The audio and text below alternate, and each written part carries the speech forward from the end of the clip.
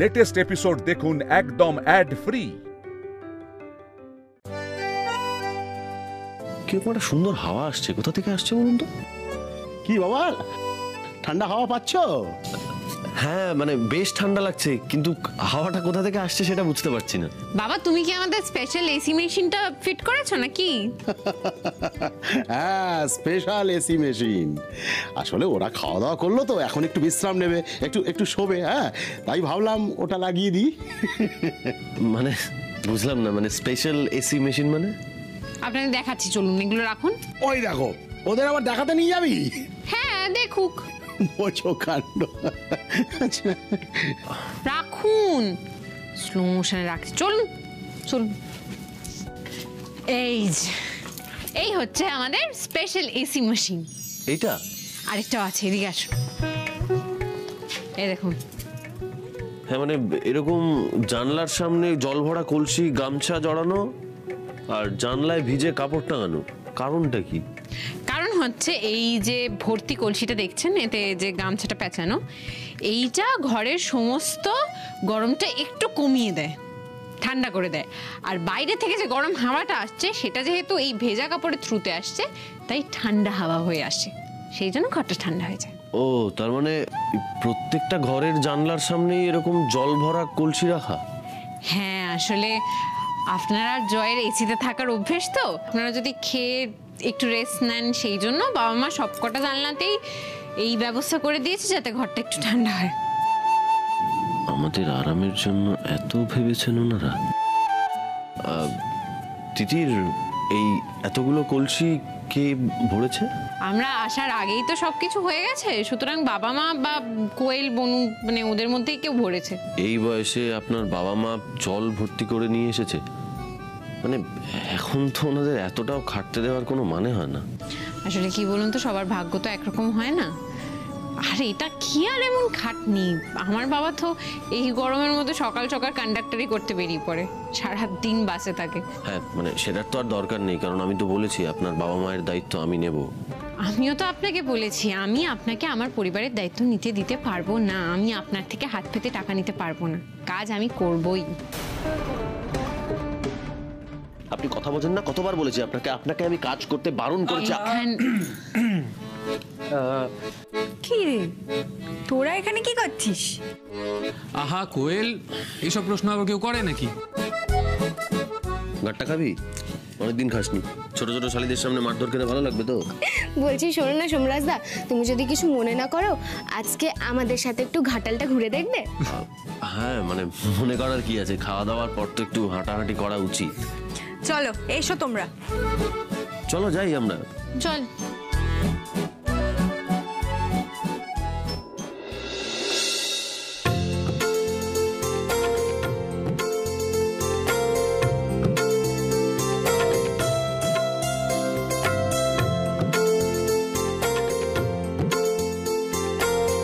সোমরাজ বাবু, দেখবেন এখানে গোবর আছে কিন্তু, পাড়া দিয়ে দেবেন না, আবার প্রেস্টিজে গ্যামাক্সিন পড়ে যাবে। ইস,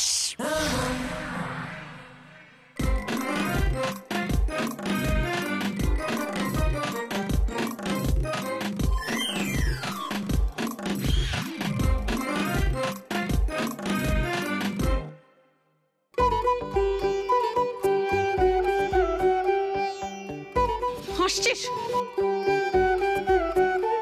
একটা উপদেশ দিই, সবসময় লোকের পেছনে লাগবেন না, বুঝেছেন? তার উপর যদি আবার সে হয় গুরুজন, একদম উচিত নয় পেছনে লাগা।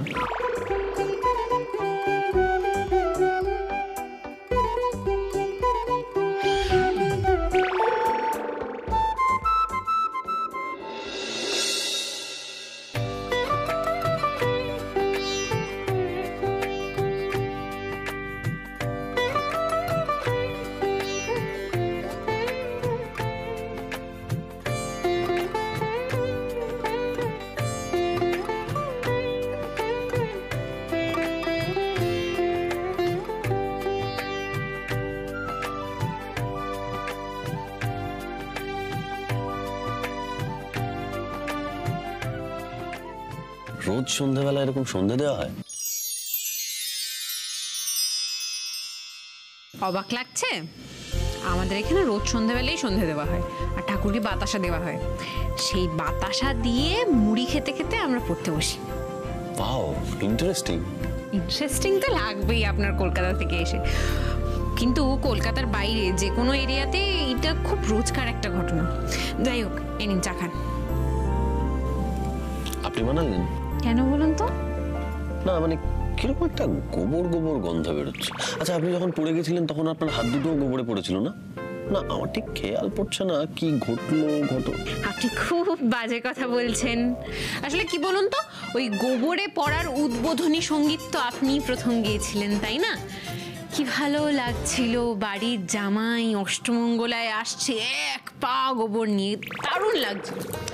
আমার তো না হয় চশমা টশমা নেই, আপনার তো 4টে চোখ রয়েছে। এই 4টে চোখ নিয়ে কি করে আপনি গোবরে পড়লেন বলুন তো? মানে আমি বুঝতে পারছি না। Any special tips? বেশ, আমার না হয় অচেনা জায়গা, আমি গোবরে পা দিয়ে ভুল করেছি, কিন্তু আপনার তো এই জায়গাটা পুরোটা চেনা, আপনি তো সবটা চেনেন। তারপরেও কি করে দামাদ্দাম যেখানে সেখানে পড়ে যাচ্ছেন? একবার গোবরে পা দিচ্ছেন, একবার বাত।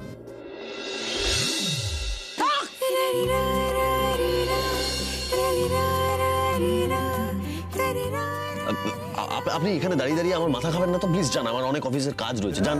চাটা খেয়ে নিন।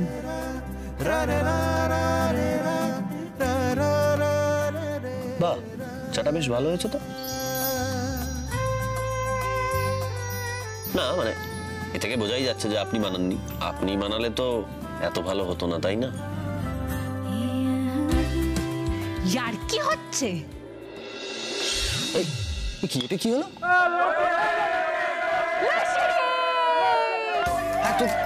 এত হইও কিসের? মানে লোকজন কেন চাচামেচি করছে? আরে বুঝতে পারছেন না, এখানে তো জেনারেটর নেই, সন্ধ্যাবেলা অন্ধকার হয়ে গেছে, মানে কাউকে পড়তে বসতে হবে না। আস্তে আস্তে আস্তে পড়ে যায় না, আস্তে। তুমি ঠিক আছো তো? চিৎকারের আওয়াজ শুনলাম। আমি আবার ভাবলাম যে অন্ধকারে তোরা পড়ে টড়ে না যাস।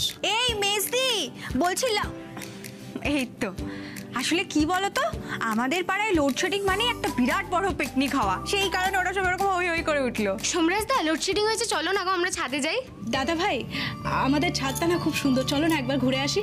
কি বলছি, শোনার নাকি অফিসের কাজ সব লাটে উঠে, তুমি কাজ করুক, আমরা যাই। চলো চলো, আমাদের ছাদটা খুব সুন্দর, চলো দেখবে। চলো ঠিক আছে, চলো চলো চলো চলো। আস্তে আস্তে। কারেন্ট অফ, অফিস ছুটি। চলো ছাদে যাই আমরা। চলো চলো ছাদে যাই সবাই, চলো। দাদা ভাই, তুমি যাবে ছাদে? চলো ছাদে চলো। আপনি তো মশাই কথায় কথায় অবাক করে দিচ্ছেন। আপনার কি ঘাটাল আসার পথে কোনো কুলানন্দ স্বামীর সঙ্গে দেখা হয়েছিল? আপনি হঠাৎ করে অফিসের কাজ বাজ ভুলে কুল হয়ে গেলেন কেমন? আমি কিছু বুঝতে পারছি না। কিছু বুঝতে পারছো? আমার সঙ্গে চিলানন্দ স্বামীর দেখা হয়েছিল এবং উনি তারপর বললেন যে এই যে আমার সঙ্গে দেখা হলো, এরপর থেকে তুই গরমকালে অন্ধকারেও চিল থাকতে পারবি। বলছো? আচ্ছা, আমরা কি ছাদে যাবো? হ্যাঁ যাবো তো, কিন্তু প্রশ্নটা হচ্ছে গিয়ে কি করছি আমরা? ছাদে ছাদে গিয়ে আমরা ভূতের গল্প করব। কারণ এই ঘাটালে অলিতে গলিতে বনে বাজারে গাছে ঝোপে সব জায়গায় অনেক ভূত আছে। ভূত?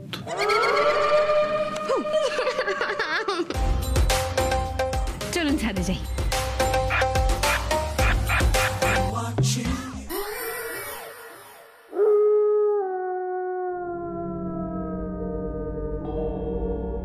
আজ থেকে ঠিক 2 বছর আগেকার কথা।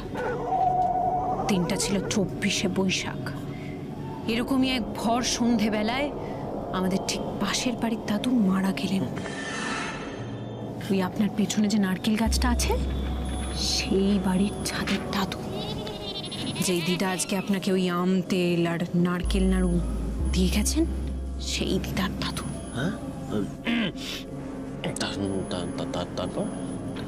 তারপর কি, দাদু মারা গেলেন, চারিদিকটা কিরকম অন্ধকার হয়ে গেল।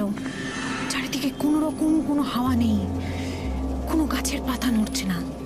কিন্তু দাদুর বাড়ির কাজ, আসলে কি বলুন তো, দাদু ছিলেন ভীষণ বাগান প্রিয় একজন মানুষ। মানে গাছপালা খুব ভালোবাসতেন, বাগান অন্ত প্রাণ। দাদুর বাড়িতে ওই একটা আম গাছ আর নারকেল গাছ ছিল, যেটা দাদুর প্রাণের থেকেও প্রিয়, প্রাণের থেকেও প্রিয়। সেই দুটো গাছ নড়তে শুরু করলো।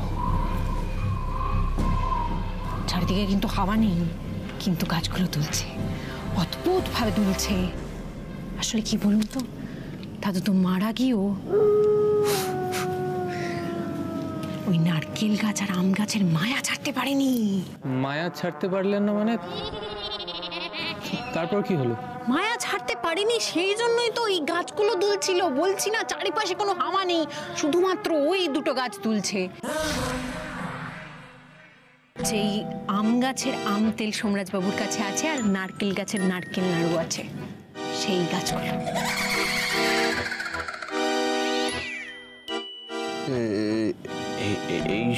হ্যাঁ, ভুললাম তো, এই সেই নারকেল গাছ যেটা ছায়া আপনার উপরে পড়েছে। হ্যাঁ তিতির, বলো তারপর কি হলো বলো। তারপর তো সেই গাছের তলা থামতেই চায় না, সবাই তো ভয় পেয়ে নিজেদের দরজা জানলা সবকিছু বন্ধ করে দিয়েছে বাড়ি।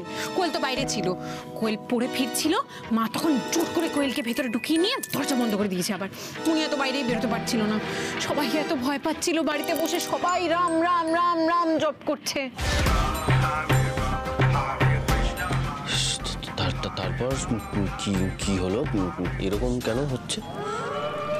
তারপর কি হবে, এই যে সবাই ভয় পেয়ে গেছে, দিদা তখন সাহস করে বাগানে ওই দুটো গাছের সামনে গিয়ে দাঁড়ালো, গিয়ে বলল, তুমি এরকম কেন করছো? সবাই তো ভয় পাচ্ছে, বন্ধ করো এগুলোকে, বন্ধ করো। কি সাহস ভাবুন দিদার, একদম ডিরেক্ট ভূতের সাথে গিয়ে কথা বলছে। দিদা যখন এইসব বললো, তখন দাদুও খোনা গলায় বলল, খোনা গলা? খোনা গলা কেন? কেন কেন কেন? আরে খোনা গলায় বলবে না তো কিসে বলবে? দাদু তো মারা গেছে, নর্মাল গলায় তো বলতে পারবে না, তাই খোনা গলায় বলল, গিন্নি আমি আম নেব, নারকেল নেব, আর আমার নারকেল গাছের ছায়ায় যদি কোনো চাপতাড়িওয়ালা পেপার আর ছেলে বসে থাকে, তাহলে তার ঘাড় মটকে দেব।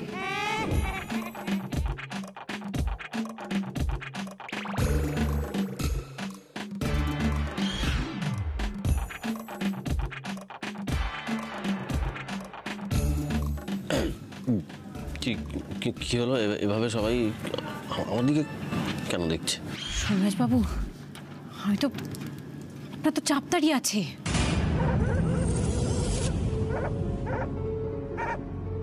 আমি তো ভুলে গেছিলাম, আজকে তো 24শে বৈশাখ। চারিদিকটা দেখুন অন্ধকার। দাদু আসছে, দাদু আম নেবে, নারকেল নেবে।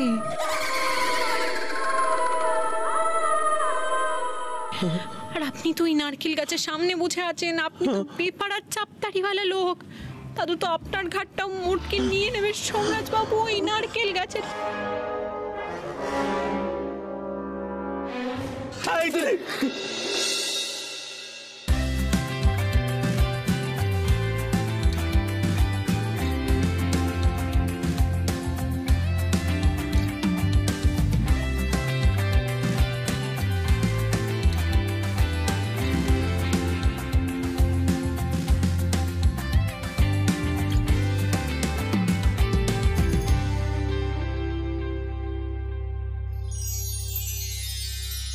সোমরাজ বাবু, আপনি না পুরুষ সিংহ, ভূতের ভয় পুরুষ ইঁদুর হয়ে গেলেন। এই শুনুন, আমি একেবারেই ভয় পাইনি। আমি আমি জানতাম, আমি প্রথমেই বুঝতে পেরেছিলাম আপনি এরকম বানিয়ে একটা আজগুবি গল্প বলবেন। জানি তো, ওই নাড়ুর কৌটো থেকে নাড়ুটা আর আচারটা ছিনিয়ে নেওয়ার জন্য এই গল্পটা বাঁধলেন তো। দেব না, ওই নাড়ুর কৌটোর ভেতর, আচারের কৌটোর ভেতর স্বয়ং দাদুর ভূতও যদি লুকিয়ে থাকে তাও দেব না। হ্যাঁ হ্যাঁ, বুঝে গেছি আপনার সাহস, আমি খুব ভালো বুঝে গেছি। কি সুন্দর হ্যারিকেনটা উল্টে দিলেন আপনি, কি সাহস। ভূতে ভয় পাইনি, মানে ভূতের ভয় উল্টাইনি, শুধু একটা শাকচুন্নির হাত থেকে বাঁচতে আমি এটা করলাম। কে শাকচুন্নি? আপনি আমাকে শাকচুন্নি বলেন? আমি শাকচুন্নি না তো কি? শাকচুন্নি না হলে ওইভাবে খনা গলায় কেউ কথা বলে? ব্যাস, যেটুকু চান্স ছিল ভূত আসার আর আসবে না। এরকম ঝগড়া করলে ভূতও পালাবে। কেন জয়, তুমি কি চাও যে ভূত এসে তোমার পাশে বসে তোমার সাথে কফি খাক? এই actually it's not a bad idea, কিন্তু এরকম একটা পরিবেশ, ফুরফুরে হাওয়া দিচ্ছে, চারপাশটা এরকম শান্ত, চা বা কফি হলে কিন্তু জমে যায়। কফি তো নেই গো, চা ভিজে এসেছে। না না, কোনো প্রবলেম নেই। মুনি আগে একটু পরে নিয়ে আসবে। এই না, এ কি হ্যারিকেন নিভিয়ে এই অবস্থা? তোর অন্ধকারে বসে আছিস কেন? কি বলবো তোমায় মা, তোমার জামাইয়ের এত সাহস না, বললো হ্যারিকেন উল্টে দিয়ে আমরা সবাই অন্ধকারে বসে। আরে না না গো মা, দিদি কি সব ভূতের আজগুবি গল্প শোনাচ্ছিল, তার জন্য লম্পটা পড়ে গেছে। থ্যাংক ইউ মুনিয়া। কি রে, সব সময় কেন ওর সাথে এরকম করিস? এ মুনিয়া, তুই চাটা নিয়ে আয়, আমি হ্যারিকেনটা জ্বালিয়ে দিচ্ছি। বলছি আমি হ্যারিকেনটা জ্বালাবো? মানে আমি দেখেছি আপনি যখন ওই সিঁড়ির পাশে দাঁড়িয়ে দাঁড়িয়ে জ্বালাচ্ছিলেন না, আমি দেখেছি সবটা, আমি জ্বালাই। তোমার অভ্যেস নেই, তুমি পারবে না, একদম চিন্তা করো না, আমি জ্বালিয়ে দিচ্ছি। আমি প্লিজ আমি পারবো, আমি চেষ্টা করলেই পারবো, প্লিজ। আচ্ছা ঠিক আছে, তিতির একটু দেখিয়ে দিস তো ওকে। হে মুনিয়া, যা চাটা নিয়ে আয়, নাহলে তেতো হয়ে যাবে তো।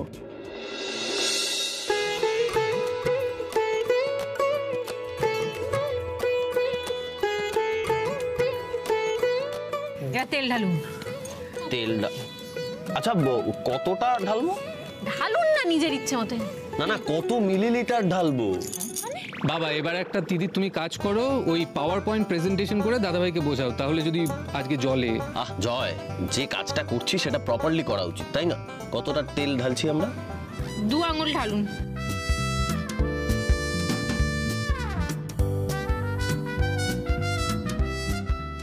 যা, কি হয়েছে?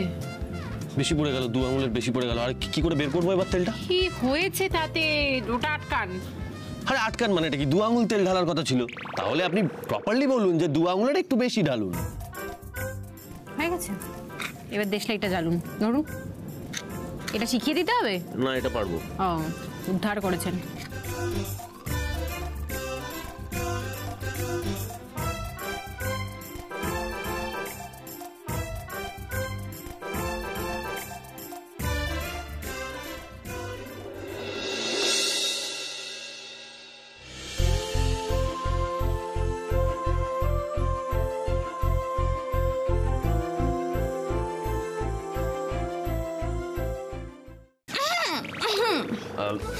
হ্যাঁ, বলছি যে আমার খুব ভালো লেগেছে এটা জ্বালিয়ে।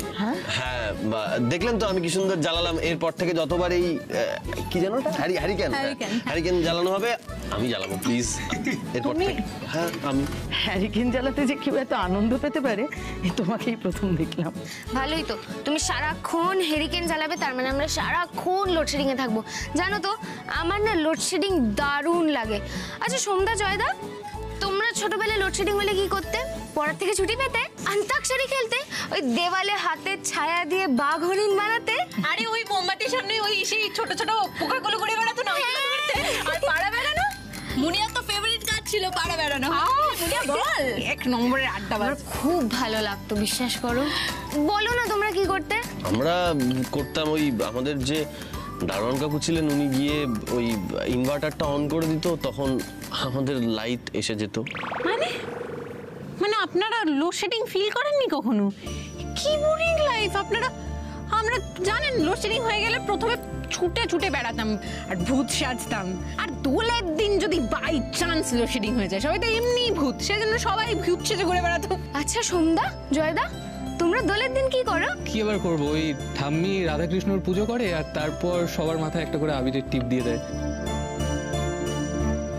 আবির মানে তোমরা ওই বাদুর রং, তারপর মাটি গোলা জল দিয়ে দোল খেলো না? আবিরের টিপ শুধু? আরে দোল খেলে ওই রকম ভাতগুলো যে লাল হয়ে যায়, 5 দিন যখনই ভাত মাখবে ভাতের মধ্যে রং উঠে আসবে, এরকম ভাবে দোল খেলো না তোমরা? না আমরা এইভাবে কোনোদিন দোল খেলিনি। আপনারা খেলেছেন নাকি? হ্যাঁ, দোলের তো নিয়মই হচ্ছে মানুষকে এমন ভাবে রং মাখাতে হবে যেন চেনা না যায়।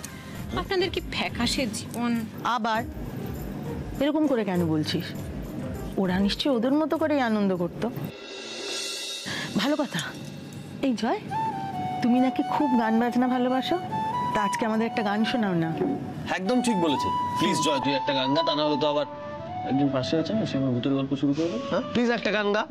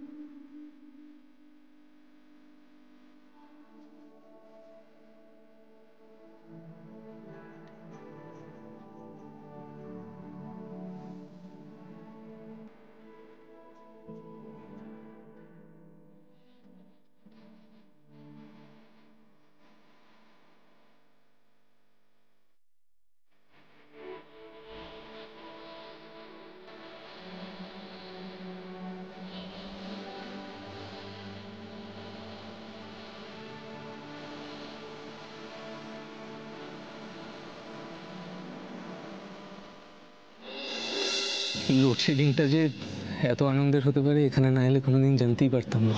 দেখ জয়, এসি নেই, ওয়াশিং মেশিন নেই, কোনো মডার্ন অ্যামিনিটিস নেই, অথচ কি আড়ম্বরহীন জীবন, কি সুন্দর জীবন, কি আনন্দের দিন যাপন করছে দেখ এরা। মাঝে মাঝে না খুব হিংসে হয় ওদের দেখে, আমরা কোনোদিন এত আনন্দ করিনি। একবার তাকিয়ে দেখ ওদের দিকে, নিজেদের মধ্যে কোনো কম্পিটিশন নেই, দেখেছিস কি শুধু শান্তি।